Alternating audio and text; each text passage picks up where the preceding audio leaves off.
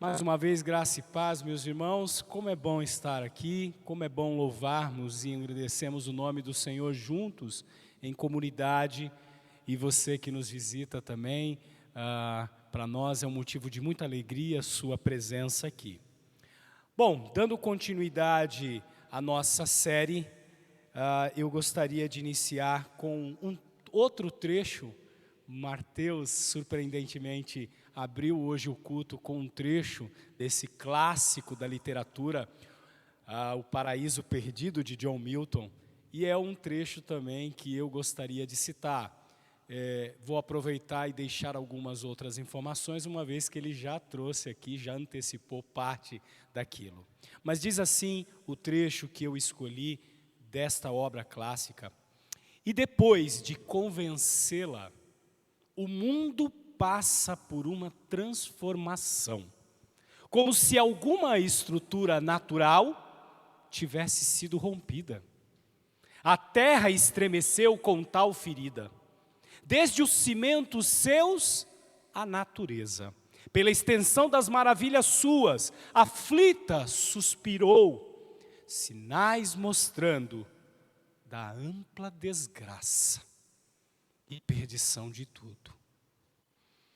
Adão escolhe participar e partilhar do destino de Eva. E enquanto acreditavam que algo belo, maravilhoso se tornariam, foram tomados pela lascívia e arrogância. Momentos antes, John Milton descreve quando os anjos abandonam o paraíso e o pecado e a morte então decidem abandonar as portas do inferno e seguir o próprio diabo. Apesar disso, Satanás não encontra vitória no que fez. Deus profetiza o ato final de seu filho e a renovação do mundo, mas para o primeiro homem, Adão, e sua mulher, Eva, e os outros que se seguem na sua descendência, até que a promessa seja cumprida, o paraíso está perdido. Esse é esse clássico. E John Milton vai relatar que quando os anjos caídos estavam ali reunidos e estavam ao derredor de um lago do inferno, eles, empolvorosos, ouviram Satanás e seu exército ali, que estavam acorrentados. E Satanás e seu ajudante Beelzebu, na obra de ficção, diz aqui, saem do lago e gritam aos outros que se levantem, juntem-se. Satanás então convoca uma espécie de assembleia para decidir o curso da ação que iriam tomar. Então vários anjos caídos dão as suas sugestões. Finalmente, Beelzebu se levanta e sugere que eles combatam em um novo terreno, num lugar chamado Terra. Afinal, há rumores de que Deus havia ali criado e colocado neste local uma nova criatura. Criatura essa chamada homem. O homem não era tão poderoso quanto os anjos, mas era a criação favorita de Deus. Beelzebu sugere que eles busquem vingança de Deus, seduzindo o homem para juntar-se a eles na sua perfídia. Satanás se oferece para explorar pessoalmente este novo lugar e descobrir mais acerca deste novo homem, de forma a conseguir corrompê-lo. John Milton, quando escreveu esse clássico, foi buscar em Gênesis, no Antigo Testamento, na Bíblia Sagrada, a inspiração para, de maneira poética, poder retratar um outro ângulo, um novo olhar acerca da queda do homem. E, nessa narrativa, ele o faz a partir de um protagonista excêntrico. Ele escreve a partir do próprio Satanás. De maneira poética, então, o livro vai contando a versão do diabo em seduzir a mulher, Eva, em troca dela ser adorada pelos anjos e depois de oferecer a Adão. Na história, Satanás decide manipular esses moradores do paraíso por um rancor pessoal. Após ter sido expulso do céu, juntamente com os outros anjos caídos. Bom, deixando de lado aqui a obra belíssima e o clássico da ficção de John Milton, e partindo agora para a fonte principal, da onde o próprio Milton buscou as informações, vamos aprender de fato o entendimento acerca das origens, deixando um pouco de lado essa obra de ficção e tudo aquilo que a gente imagina que tenha ocorrido ali. E eu quero propor que a gente possa olhar para o texto de Gênesis e aprender.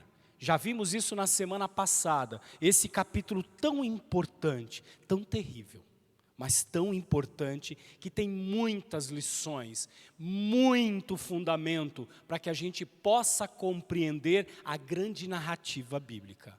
Então, gostaria de convidar você a abrir a sua Bíblia lá em Gênesis 3, faremos a leitura exatamente da onde o Mateus parou no último domingo. Começaremos a ler do versículo 14 e iremos até o versículo 24. Enquanto você prepara aí o seu aplicativo, a Bíblia, me permita lembrá-los aqui até o ponto que já estudamos acerca do capítulo 1 e 2. Lembre-se, meus irmãos, quando Deus então resolve do nada criar as coisas, tudo foi criado por Ele. Nada teve origem diferente ou foi criado pelo mal. Isso é importante que a gente entenda. Tudo foi criado por Deus. Tudo teve princípio, tudo tem a sua origem. A matéria não é autoexistente. A obra de Deus é marcada pela ordem. Servimos um Deus de harmonia e um Deus ordeiro. Ele cria as coisas com ordem. A criação possui extrema beleza, ao ponto de que o próprio Deus Criador diz que ela é boa e ao término, muito boa. Deus cria tudo a partir do nada, por meio da sua palavra. O universo criado vai mostrar e mostra ainda hoje a glória e o poder de Deus. E o homem, que fora criado por Deus, é dotado de uma maneira diferenciada de todas as outras criaturas, tanto que é chamado nas Escrituras da coroa da criação. Gênesis 3 não é uma fábula. Nós vamos já ler e nós não estamos tratando de uma fábula. O capítulo trata acerca dos momentos mais terríveis e de tamanha importância na vida do cristão. Ele vai, de fato, ser reconhecido como validado, essa seria a melhor palavra, como um documento histórico, considerando a realidade, a ruptura entre a humanidade e Deus no Novo Testamento. E embora esse texto seja histórico, meus irmãos, que vamos ler daqui a pouco, ele é trabalhado com uma linguagem simbólica, com elementos literários, e nesse fluxo que vai além da abordagem simplesmente literal, é importante e fundamental que nós prestemos atenção às conexões de toda a palavra de Deus, de toda a Bíblia, ligada a este capítulo. O próprio texto vai nos apresentar elementos importantes. Domingo passado, o Mateus fez isso quando nos lembrou acerca da serpente, ligando a serpente aquilo que o próprio Apocalipse o faz, relatando acerca da serpente. Bom, não preciso dizer que a serpente, além dessa conexão com o texto bíblico, ela tem também a sua imagem vinculada à figura do mal. Na verdade, no contexto do Oriente Próximo Antigo, nós temos ali exatamente a utilização e a associação da serpente às questões entre vida e morte. Quem é da área da saúde vai logo identificar a serpente como símbolo desta relação que eu estou falando até os dias de hoje. Então, Gênesis 3 é um texto complexo, a gente não pode deixar de olhar para ele desta maneira. Então, o elemento histórico, há poesia nele, há elementos simbólicos e todos eles estão entrelaçados. E é daí, dessa linguagem rica, dessa maneira pela qual Deus faz com que seja entrelaçado estes elementos, que os nossos ensinos e o ensino para a igreja é estabelecido. Entretanto, precisamos ser honestos, nós nunca conseguiremos extrair todas as curiosidades que gostaríamos de tirar do texto. E isso é importante que saibamos. Então, essas curiosidades que desejamos e almejamos, de fato, a gente pode não ter respostas de todas elas. Sem dúvida alguma, é o capítulo mais atacado de toda a Bíblia, em toda a história da igreja, por ser tão essencial à fé cristã. Gênesis 3:14 diz assim a palavra do Senhor. Então o Senhor disse à serpente: por causa do que você fez, você é maldita entre todos os animais domésticos, entre todos os animais selvagens. Você rastejará sobre o seu ventre e comerá pó todos os dias da sua vida. Porém, inimizade entre você e a mulher, entre a sua descendência e o descendente dela. Este lhe ferirá a cabeça e você lhe ferirá o calcanhar. E a mulher, ele disse: aumentarei muito os seus sofrimentos na gravidez, com dor você dará à luz filhos. O seu desejo será para o seu marido, e ele a governará. E a Adão disse: por ter dado ouvidos à voz de sua mulher, e comido da árvore que eu havia ordenado que não comesse, maldita é a terra por sua causa.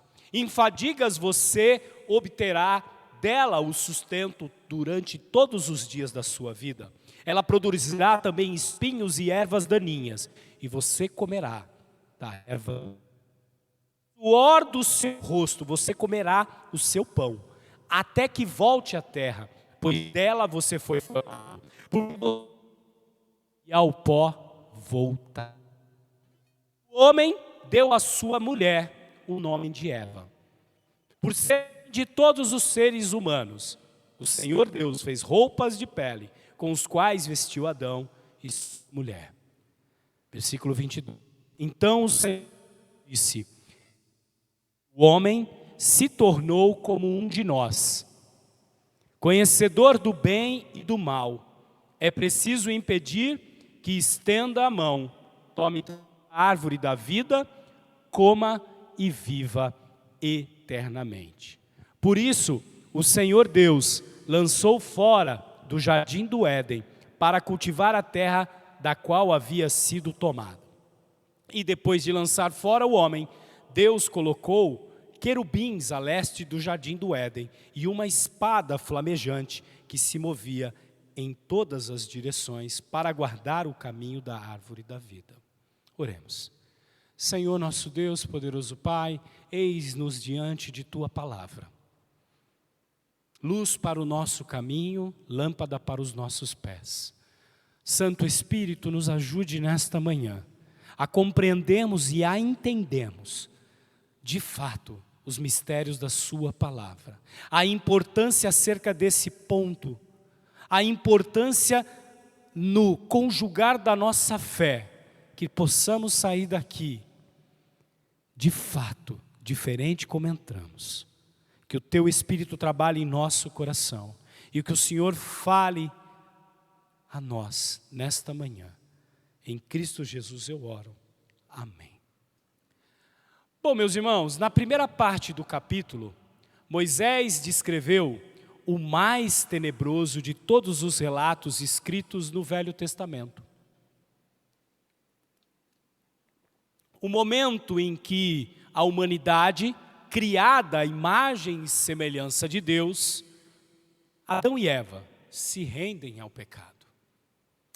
A mulher, ao ser tentada, toma o fruto da árvore da qual Deus havia terminantemente ordenado para que não o comessem. Tomou do fruto, comeu, e deu também ao marido, Adão. E ele, desobedecendo diretamente à ordem de Deus, também o comeu. E por conta disso, homem e mulher lançaram-se na vergonha, na culpa, no medo e na morte. Moisés então vai relatar, nesses versículos que acabamos de ler, o justo juízo de Deus sobre os 3 protagonistas envolvidos neste tão terrível ato de desobediência: a serpente, a mulher e o homem. E assim, depois da aplicação do justo juízo de Deus, em cada um deles, o texto que acabamos de ler, conclui-se com a terrível expulsão da humanidade, do casal, do jardim. Jardim esse que o próprio Deus, não percam isso em mente, que o próprio Senhor Deus havia preparado e colocado ali o homem para que ele cultivasse, guardasse. O paraíso. Mas agora, depois da desobediência, com a entrada do pecado, o paraíso perdido. Observem que o nosso primeiro protagonista, Mateus falou um pouco disso, não é uma serpente comum, como habitualmente nos dias de hoje conhecemos. O texto vai mencionar que a serpente falava. Se com sinais, de maneira telepática, como alguns gostam de imaginar, entrando na mente de Eva ou não, não importa, mas ela falava. E ela sabia da ordem que Deus havia dado à humanidade.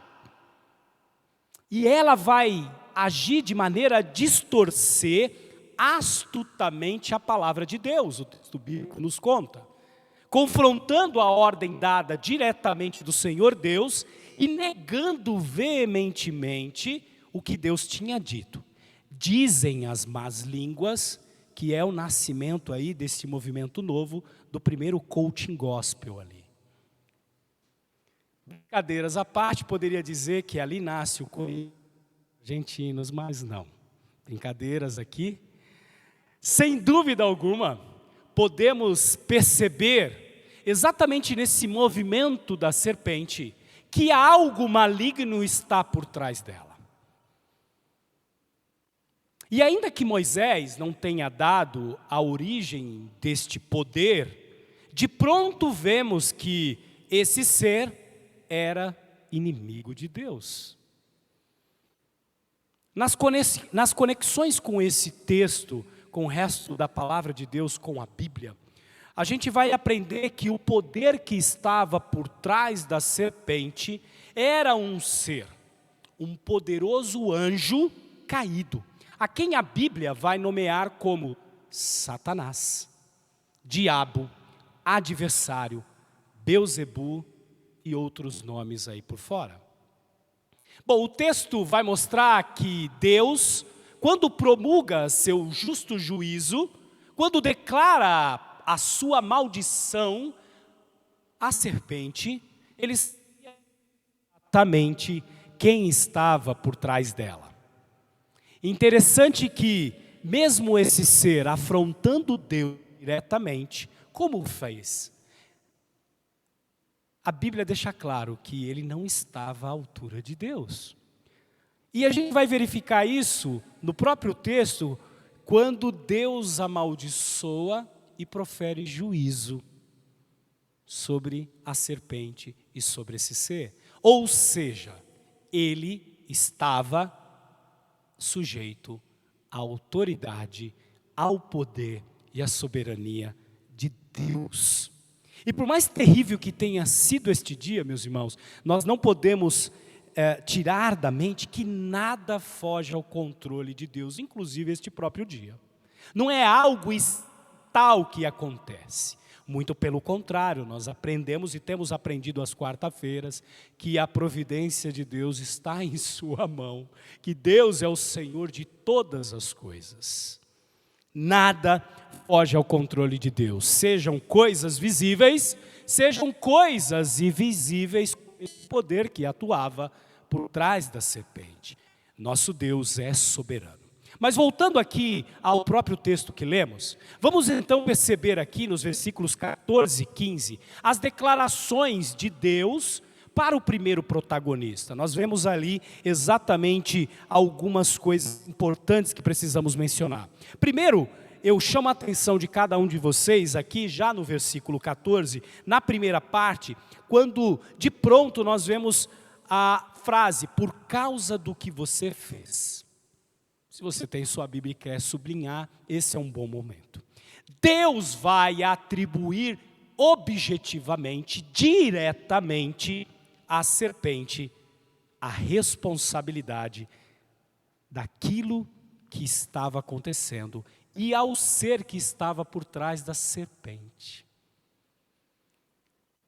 E aí o texto continua dizendo, você é maldita entre todos os animais domésticos e entre todos os animais selvagens.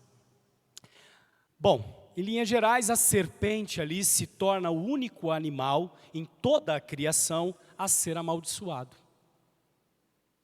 E o ser espiritual por detrás da serpente se torna maldito. E o que isso quer dizer? Isso quer dizer que a gente não vai encontrar em nenhum local da Bíblia, de Gênesis a Apocalipse, uma proposta de redenção, de arrependimento, de salvação para Satanás. Percebam que esse ser é amaldiçoado. Entretanto, na narrativa dos versículos que lemos, o homem e a mulher não. Justamente para contrapor ao fato que ao homem e à mulher será oferecido redenção. A redenção para a humanidade. A redenção não importando o tamanho da extensão do pecado que domina sobre a humanidade. A redenção. Iremos aprender para quem, como, a maneira, mas aqui encontraremos que há redenção, sem nos preocuparmos se é para toda a humanidade, para aqueles a qual o Senhor chamam de seus. A segunda declaração diz que esta serpente então rastejará sobre o seu ventre e comerá do pó todos os dias da sua vida. Bom, sem dúvida alguma, a serpente aqui se torna o símbolo de tudo aquilo que é odioso. Tanto que mais para frente, na própria palavra de Deus, o povo de Israel vai considerar a serpente entre o rol dos animais impuros. Por implicação a essa declaração, isso mostra que Satanás também será derrotado, humilhado e comerá o pó da terra. Lembre-se que na cultura do Oriente Próximo, principalmente no contexto ali de Moisés, quando alguém se lançava sobre o chão e se rastejava sobre a terra, basicamente com a cara no pó, isso era um sinal da mais profunda derrota e humilhação. A gente verifica isso em Crônicas, em Reis, quando os reis que perdem a luta, para pedir misericórdia, para se mostrarem ali derrotados, humilhados, eles jogam-se no chão. Então, quando a Bíblia diz aqui que a serpente rastejará sobre o seu ventre e comerá do pó todos os dias da sua vida, está aqui implicitamente mostrando a derrota e a humilhação de Satanás. Continuando na declaração, agora no versículo 15, ela faz então ali uma afirmação que haverá inimizade entre a serpente e a mulher. Inimizade aqui, meus irmãos, tem um sentido interessante, que é um sentido muito mais profundo, é conflito, guerra. E aquela sensação de ver a destruição do seu oponente, não descansar, guerra constante, de você ver ali humilhado, destruído o seu oponente. Talvez aqui a gente tenha a resposta, mas aqui é mera elucubração desse pregador que vos fala, acerca do medo natural que a humanidade tem de serpentes. Tirando uma figura ou outra aí excêntrica, que gosta de chamar de pet. Tem uns aí que cria víbora, naja, umas cobras dessa ainda chama de pet. Mas tudo bem, depois que o pecado entrou, eu já não duvido mais de nada do ser humano. Mas ainda assim, há uma inimizade natural. E quando a gente vê uma cobra, não importa se é venenosa, se não é, peçonhenta, se está a 1 quilômetro de distância, a gente só sossega quando vê a bicha morta. Um desejo é diferente de um outro animal. Ainda que seja um animal perigoso, às vezes mais perigoso que a própria serpente. Mas a serpente a gente tem um desejo de ver o oponente destruído. Quarta declaração, a inimizade também se dará entre a descendência e o descendente dela. Esta inimizade entre a serpente e a mulher será estendida a todos os descendentes da mulher e os descendentes da serpente. Nós vamos entender a conexão com isso um pouco mais à frente, quando o próprio Moisés, em Gênesis 6, nos mostra quem são esses descendentes da mulher e quem de fato é os descendentes da serpente. Bom, a descendência ou semente da mulher, da serpente, ela não vai apontar para toda a humanidade como um todo. Por mais que o pecado entrou e os seus descendentes ali foram afetados. Mas vai ficar claro, principalmente ali, quando Moisés vai chamar a descendência da serpente, em Gênesis 6, como filhos dos homens. E de pronto a gente imagina que está dizendo toda a descendência. Entretanto, quando Moisés discorre no capítulo 6 de Gênesis, depois você chega em casa, ele vai chamar a semente da mulher de filhos de Deus. Interessante isso. A partir da queda, então, há uma divisão natural entre a humanidade dos filhos da serpente e dos filhos da mulher, ou filhos de Deus. E a gente observa isso de pronto nos próximos capítulos de Gênesis, quando vai mostrar exatamente que Deus ali havia escolhido, mesmo na queda, uma linhagem entre os descendentes da humanidade, para colocar o seu plano de redenção a funcionar. Interessante isso, né? Quinta declaração, e agora no singular, um uso mais específico, lhe ferirá a cabeça. Quem? Descendente da mulher, ferirá a cabeça da serpente. Ironicamente, Deus aqui aponta que este, que ferirá a cabeça da serpente, haveria de ser um descendente da mulher. E lembre-se, mulher essa que fora enganada pela própria serpente, pelo próprio Satanás. E, ironicamente, um dos seus descendentes feriria a cabeça, sendo um pré-anúncio da vitória final sobre aquele poder maligno que estava no jardim. A sexta declaração, e você lhe ferirá o calcanhar. Interessante que temos o mesmo verbo aplicado aqui, ferir. Porém, agora a diferença está no local do ferimento. Enquanto na serpente o ferimento é na cabeça, mostrando vitória total, no descendente da mulher, a serpente apenas ferirá o seu calcanhar. De alguma maneira mostrando que a serpente apenas causaria sofrimento e dor a este descendente, mas não obteria vitória. Dor e sofrimento. Para nós que estamos vendo a história, 2000 anos depois dela ter sido realizada, sabemos uma profecia acerca daquilo que o próprio Messias haveria de passar e padecer. Bom, nos versículos 16 nós vamos encontrar então declarações agora que o próprio Senhor faz à protagonista, mulher. E a mulher, ele disse, aumentarei muito os seus sofrimentos na gravidez. Com dor você dará à luz a filhos. O seu desejo será para o seu marido. E ele a governará. Percebam que, ainda que a mulher tenha terceirizado ou culpado a serpente pelo ocorrido, Deus ainda assim não a considerou inocente. Temos então os castigos anunciados à mulher. Bom, a primeira declaração, aumentarei em muito os seus sofrimentos na gravidez. Com dor você dará à luz a filhos. Aqui Deus está tratando diretamente da descendência da mulher que viria logo em sequência. E ainda que essa descendência triunfaria sobre a descendência da serpente, ela não estaria isenta de dores. Virá a vitória com sofrimentos. Bom, a Bíblia não revela, meus irmãos, que a mulher tenha tido filhos anteriormente. Não há relato bíblico acerca disso. E antes da queda, tanto é verdade que, se de fato ela tivesse tido filhos com Adão, ali no jardim, nós teríamos uma geração e uma humanidade que haveria de nascer antes do pecado.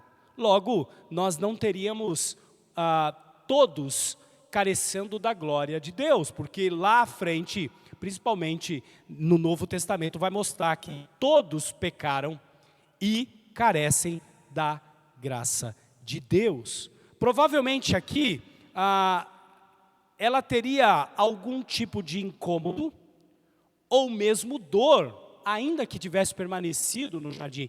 Então, a declaração diz que seria aumentado.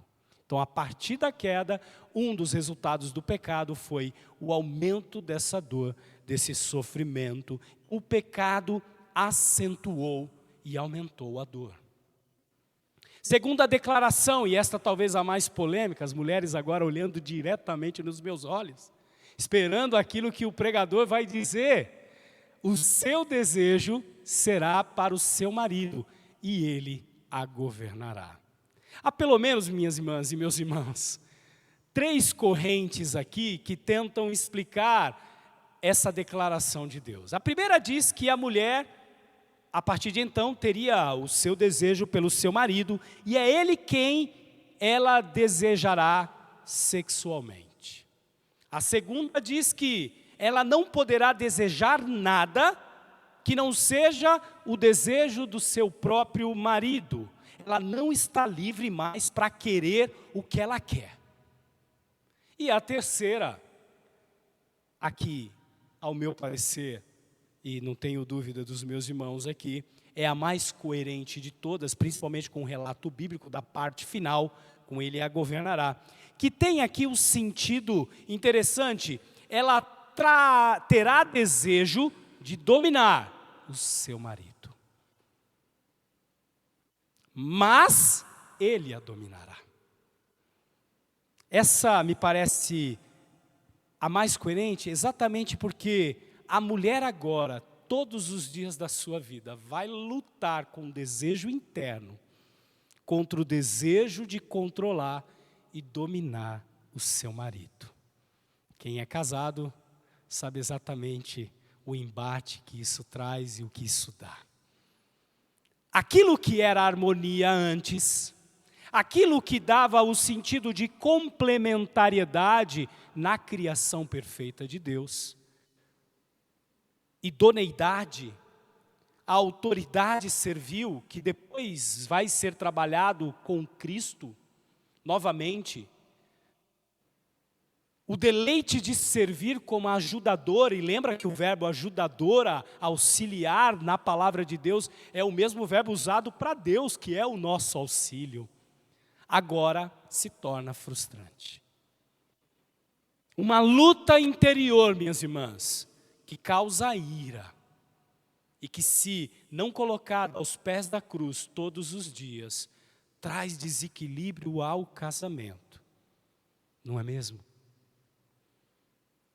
Perceba então que na estruturação do juízo de Deus, principalmente aqui para a mulher, fica claro que Deus, mesmo diante do ato terrível do pecado, não tinha desistido, e louvado seja o nome dele, do plano original, ao criar o homem e mulher, para que eles crescessem e multiplicassem. Muito embora agora o processo para este propósito seria obtido de maneira penosa e sofrida. Agora manchados pela culpa, pela corrupção, pelo pecado, eles e todas as suas descendências, ou a sua descendência, serão marcados pela luta sobre o domínio de um para com o outro.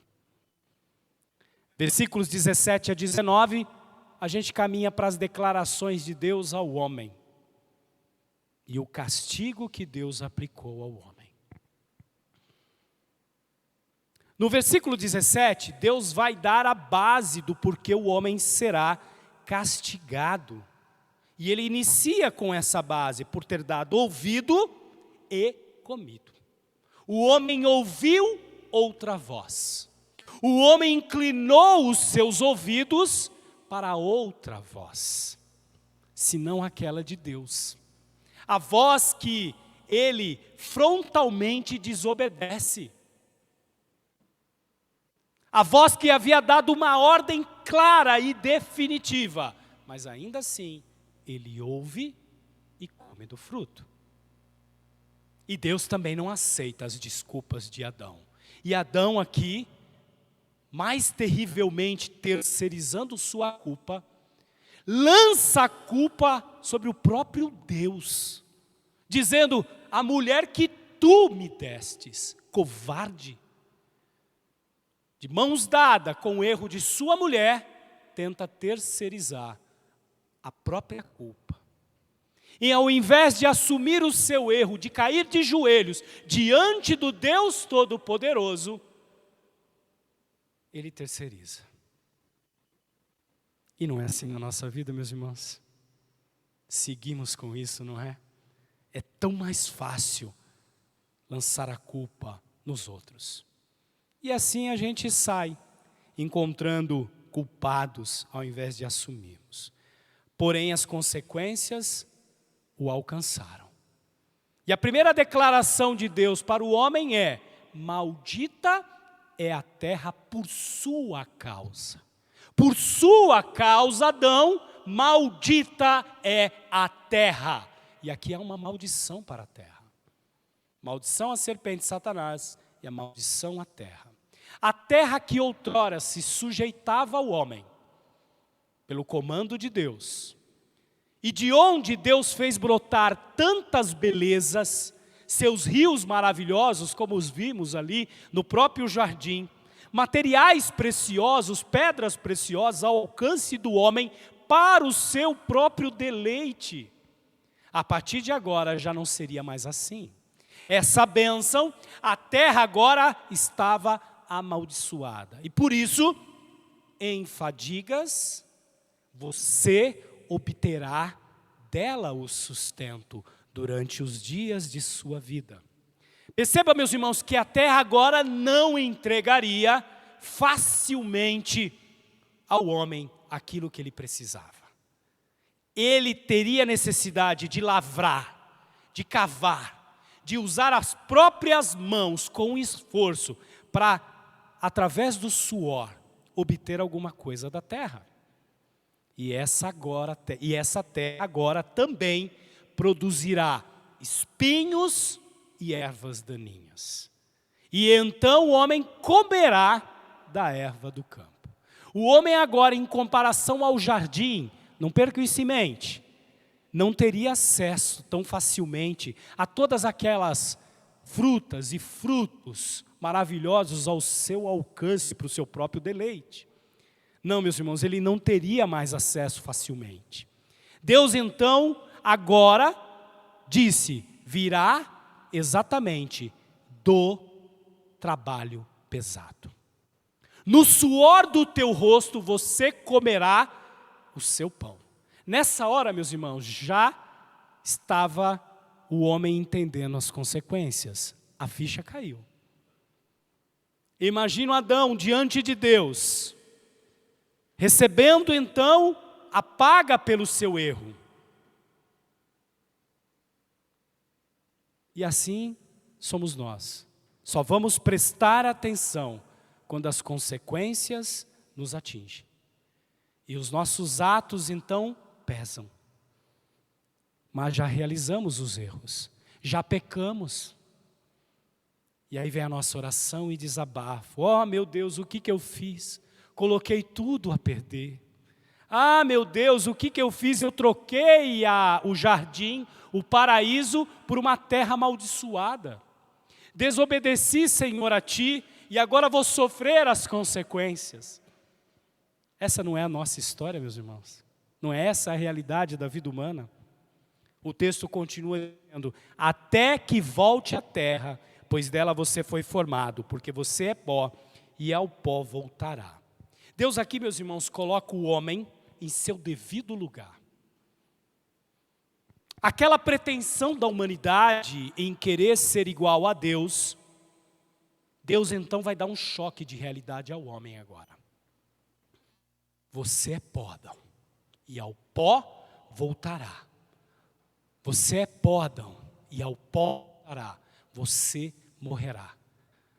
Dr. R.C. Sproul, teólogo, pastor, grande professor, vai dizer que a ironia da maneira pela qual Deus impinge o resultado ao homem aqui, se dá porque a terra que fora criada para ser dominada pelo homem, agora vai tornar a vida do homem difícil e não só isso, no final vai engoli-lo. Que ironia, né, meus irmãos? O texto segue dos versículos 20 a 24. E há coisas interessantes aqui, que poderíamos trabalhar com muito mais detalhes, mas eu me ater a alguns aqui, que valem a pena a gente mencionar. Aqui você reflita sobre esse texto de Gênesis 3, estude com afinco, faça do seu devocional na semana, que há tantas lições maravilhosas aqui. Resumidamente, meus irmãos, nesses últimos versículos aqui, o que nós temos? Temos a narrativa da expulsão do homem, o paraíso perdido, que o homem agora já não podia mais gozar, mas que antes da expulsão, livremente ele tinha acesso. E também vamos ver aqui 2 episódios importantes que vão mostrar a misericórdia do Senhor, mesmo diante de tão terrível ato para com sua criatura. Criada a sua própria imagem e semelhança, mas que agora, criatura decaída. Bom, o primeiro é que Adão, no versículo 20, dá continuidade ao mandato cultural. E ele nomeia, fazendo aquilo que ele fez com todas as criaturas, e ele vai nomear a sua mulher, porque até então, a mulher era chamada de mulher. E ele vai agora dar um nome, Eva, e diz, porque tu és a mãe de todos os seres humanos. Adão aqui, mesmo caído, meus irmãos, ele vai dar continuidade àquela tarefa dada por Deus. Isso mostra que mesmo com a entrada do pecado, o homem não perdeu o mandato cultural. Então precisamos cumprir aquilo que Deus dotou à humanidade e levar esse mandato cultural exatamente no sentido de glorificar a Deus. O homem continua com esse dever de dominar a terra, conhecer a terra, descobrir como ela funciona, estabelecer uma cultura quando se relaciona com ela. É verdade. Família, povo, com dores, com dificuldades, mas continua ainda a cumprir com o crescer, multiplicar e o dominar. Adão aqui vai fazer aquilo que ele havia feito e nós continuamos a fazer até os dias de hoje, ou devemos fazer. Bom, Eva, numa tradução simples ali do hebraico, a que vive, a vivente, a que tem vida ou cheia de vida. Preste atenção, meus irmãos, a importância desse nome. Depois de tudo aquilo que o Senhor havia feito, o nome hebraico de Eva nos mostra que Adão entendeu, principalmente daqui a pouco nós vamos ver o versículo 15, e que Deus era misericordioso, porque ele vai chamar a própria mulher de cheia de vida. Interessante isso, né? Parece que Adão creu na misericórdia do Senhor. E por isso então nomeia o nome de sua mulher como aquela cheia de vida. A vida proveniente do Criador agora poderia vir à terra através da mulher. O nome era vida. Um outro ponto importante aqui é que, de acordo com a Bíblia, nesse trecho nós vamos encontrar o fundamento de que a humanidade tem um ancestral comum. Uma mãe que deu origem a toda a criação dos homens. Então, desconsiderando aqui toda e qualquer teoria que tente atribuir ao texto bíblico aquilo que não está.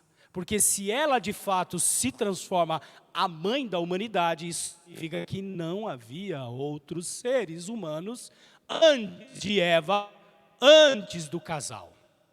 E tem cristão dando nó em pingo d'água, tentando provar que haviam hominídeos e que Adão e Eva eram hominídeos ali, que Deus saca e vai ter um ancestral comum. Não, meus irmãos, a Bíblia é clara. É preciso muito malabarismo para tirar alguma coisa nesse sentido aqui. Percebam então que se Eva é essa que dá origem a toda a humanidade, logo nós somos humanos e parentes, ainda que distantes. Isso já mostra para nós a correlação que deveríamos ter com o nosso próximo. Além deles serem detentores da imagem e semelhança de Deus, são nossos parentes. Em Eva estava toda a raça humana. E aqui nós temos base para a doutrina da imputação, da solidariedade da raça. Ou seja, Deus imputa à raça humana o castigo de Adão e Eva. Isso mostra que todos nós, a humanidade, estava presente ali em Eva. Quando então o castigo é sobre o casal. É daqui que nós tiramos a base bíblica, daquilo que a Bíblia vai dizer que todos pecaram. Que todos estavam ali presentes em Eva. Solidariedade da raça. Bom, Salmo 51 vai dizer claramente: eu nasci em iniquidade, e em pecado me concebeu a mãe. Estávamos lá, meus irmãos, no jardim do Éden, junto com Adão e Eva. Por isso somos culpados, sim. Já nascemos em uma raça debaixo da culpa, da condenação e do pecado. Por isso, eu e você, meus irmãos, e qualquer ser humano, não precisamos fazer nada para irmos ao inferno. A gente já está no caminho, basta nascer. Percebe então que não há inocentes? Todos nascemos na iniquidade. Só nos resta a redenção. E louvado seja Deus, porque o descendente da mulher vai ser oferecido para nos dar esta redenção. Na sequência então da nomeação, feita por Adão, o Senhor vai fazer roupas de pele, veste o homem e a mulher e terrivelmente os lançam fora do jardim. O paraíso agora perdido. E ali surge a primeira menção a um anjo chamado de querubim e uma espada flamejante que vai guardar o jardim. Conclusões do texto que lemos desta manhã. O que marca a origem do mal na experiência humana está relacionado a exatamente o mau uso da liberdade e ao questionamento, colocando em dúvida a palavra divina. O grande problema foi, meus irmãos, e continua sendo em nossas vidas, a insatisfação humana. O desejo de querer ocupar o lugar de Deus. A queda vai atingir então, a partir desse fato, uma dimensão profunda. E as suas consequências já são verificadas e atingem a vida humana, causando a ruptura entre o relacionamento da humanidade com o próprio Criador. Foi rompido aquilo que diariamente Adão e sua mulher o faziam.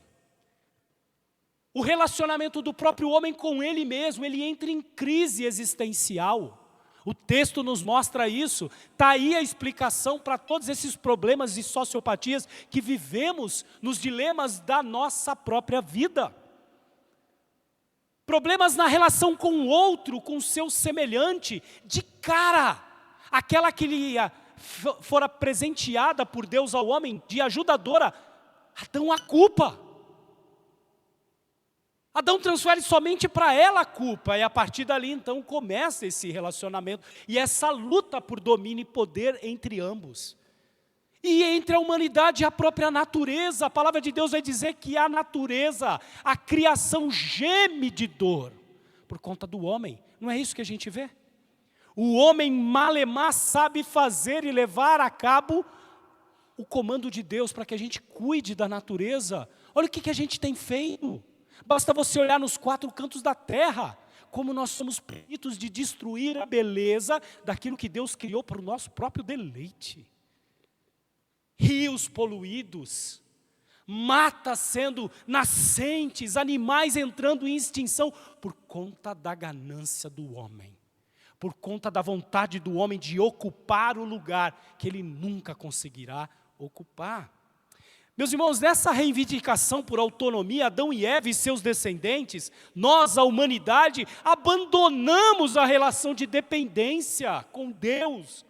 Quando eles se recusaram a obedecer e desejaram se tornar independentes, fez com que a obediência não fosse mais o princípio orientador de suas vidas. Temos problema com obediência.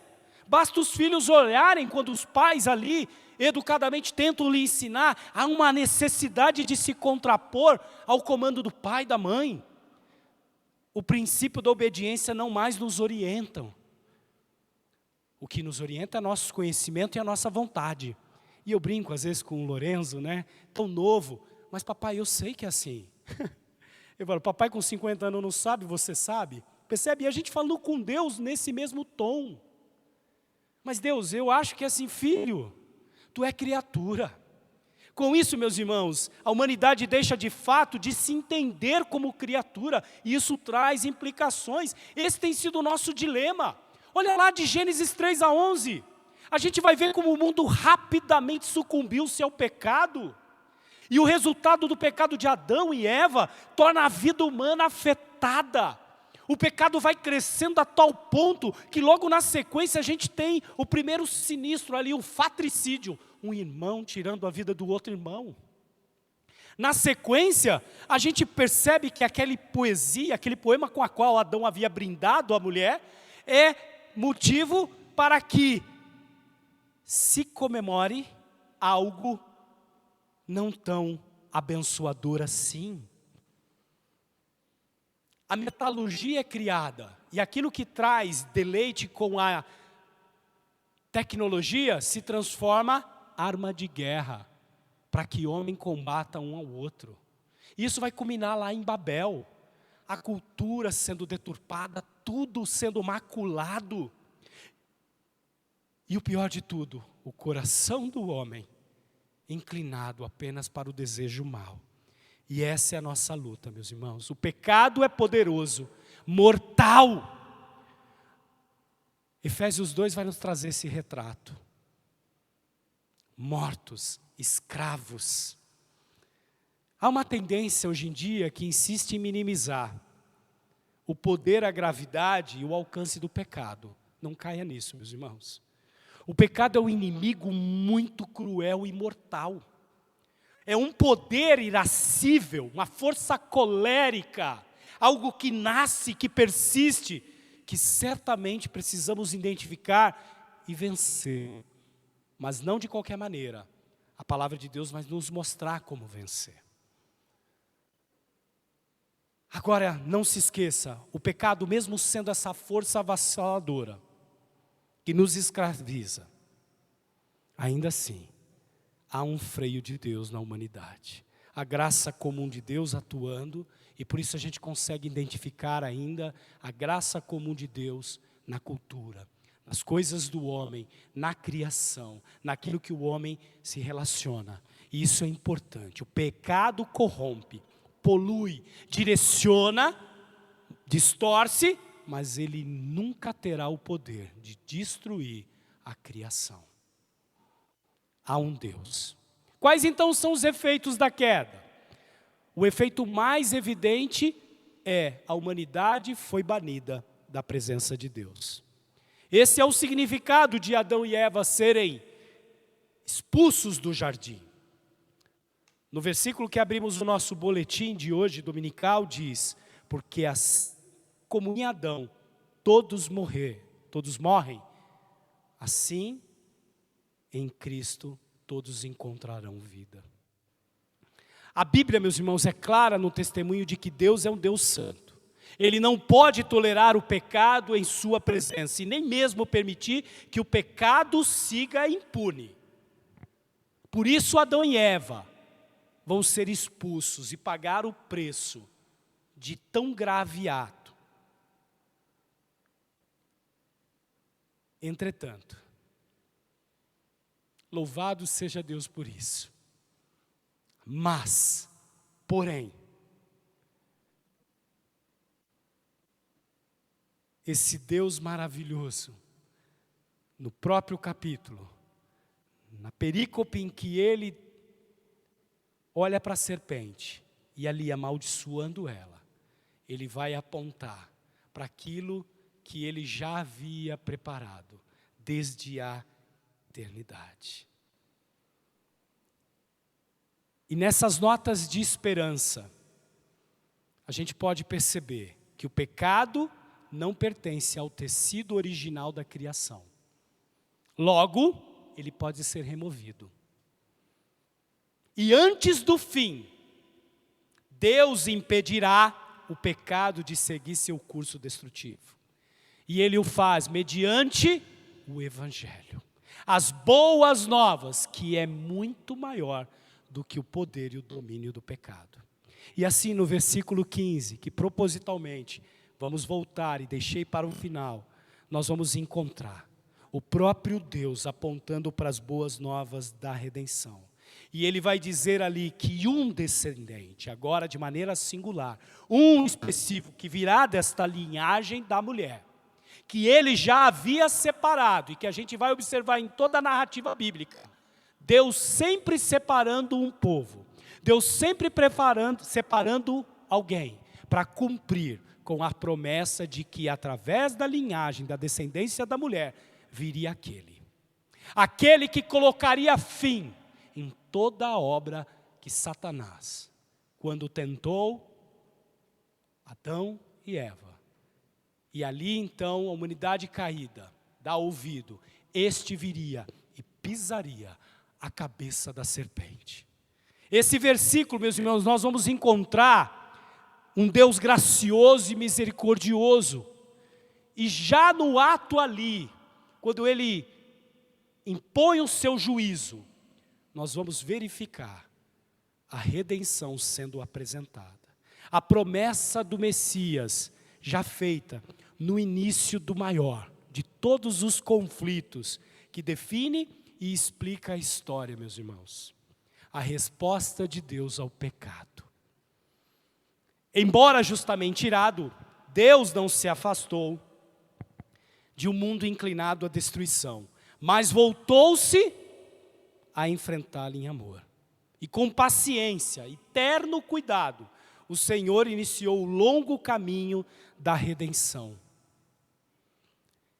A encarnação do Filho de Deus, nascido da mulher, Cristo Jesus e seu ministério subsequente, vida, morte e ressurreição, todos ocorrem na história e é real. Este é o testemunho do Novo Testamento. Esse é o testemunho de que Deus entrou na história para salvar o seu povo de seus pecados. E é por isso que nós, 2000 anos depois, estamos aqui, compartilhando essas boas novas. Deus, meus irmãos, é riquíssimo em misericórdia. Pelo seu muito amor, estando Adão e Eva mortos em suas ofensas, preparou o cordeiro que seria sacrificado como oferta pelo pecado. Cordeiro esse que vivificaria seu povo, os filhos de Deus, como fez e continua fazendo. Deus prometeu e cumpriu. O escopo, meus irmãos, deste reino é abrangente e nos alcança. E nós, como sua igreja, temos a missão de levarmos este evangelho aos 4 cantos dessa terra, entendendo que a salvação é restauradora e abrangente. Ela não é somente voltada para nós nas nossas individualidades e no nosso pecado, mas sim nos preparar como igreja para fazermos a diferença na cultura da humanidade. Não acreditando que isso é um fim em si mesmo, mas isso sim é, de fato, acreditando que a salvação de Cristo é abrangente. Por isso, meus irmãos, nós temos que sair daqui hoje diferente de como entramos. E você lá no seu trabalho, na sua casa, nos seus filhos, na sua escola, na sua faculdade, lembrar que você é um agente para levar essa mensagem ecoando, que houve um Deus e há um Deus que criou todas as coisas, boas e perfeitas, que através do pecado e da queda, foi permitido por esse Deus para que a redenção encontrasse todos. Que Deus nos dê graça e nos abençoe com essa mensagem e com essa missão, entendendo de fato que assim como Colossenses nos diz para finalizarmos, pois foi do agrado do Pai que toda a plenitude habitasse no Filho e por meio dele o Pai reconciliou todas as coisas, por meio do sangue do Filho. Na cruz, o Pai fez todas as coisas, pazes com todas as coisas, tanto nos céus como na terra. Que Deus nos abençoe, que você possa meditar sobre essa palavra. Por isso eu queria que você abaixasse a sua cabeça, fechasse os seus olhos e nesse breve momento de oração, pudesse pensar acerca deste ponto, lembrando que, por mais terrível que seja, o escopo do pecado na vida da humanidade, há uma boa nova que nos alcançou também. Santo Deus, eterno Pai, nós te louvamos pela tua palavra. Nós te louvamos com o coração aflito, Pai. Arrependido, Senhor, porque ali com Eva, ali com os nossos pais, Adão, estávamos todos ali, toda a humanidade. E junto com eles, Senhor, fechamos os nossos olhos para aquilo que o Senhor estava fazendo. E continuamos assim o fazer, querendo, Senhor, sermos iguais a Ti. Querendo muitas vezes tomar o seu lugar, Pai. Tem misericórdia de nós, Pai. Que essa mensagem, Senhor, de redenção, possa encontrar o nosso coração, Senhor. E assim, vai produzir os frutos de reconhecer que somos criaturas e precisamos de Ti. E que Tu és aquele que nos sustenta, que toda autonomia, que toda tentativa de tentarmos tocar as nossas vidas independentes sejam colocadas diante da Tua presença. E nos dobramos, ó Pai, reconhecendo o Teu senhorio. Senhorio esse prometido em Cristo Jesus, pelo meio do qual podemos mais uma vez, Senhor, estarmos na Tua presença. E Te louvamos porque isso é graça, isso é misericórdia e bondade Sua. Seja com cada um dos meus irmãos, ó Pai, com aqueles que pela primeira vez irão ouvir esta mensagem, que o Senhor possa falar-lhes aos corações, trazendo assim, Senhor, arrependimento, mas a certeza de que aqueles pelos quais Tu chamaste, o Senhor cuida, o Senhor guarda, e que assim em Ti eles encontrem, ó Pai, salvação, esperança e vida eterna. E assim eu oro em Cristo Jesus. Amém.